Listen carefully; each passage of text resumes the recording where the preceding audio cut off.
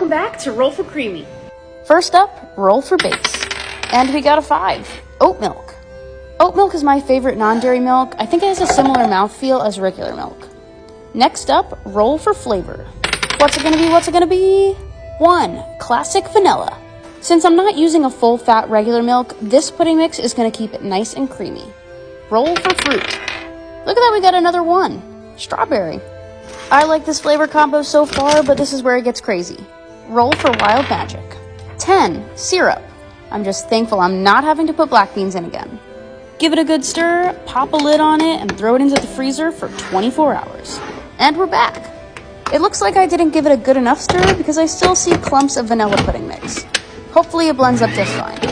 This one turned out a bit weird. It seemed to have a strawberry layer and then an oat milk layer. Taste test. This is the first one where it came out icy. It's okay. It leaves a weird aftertaste. 5.1 out of 10.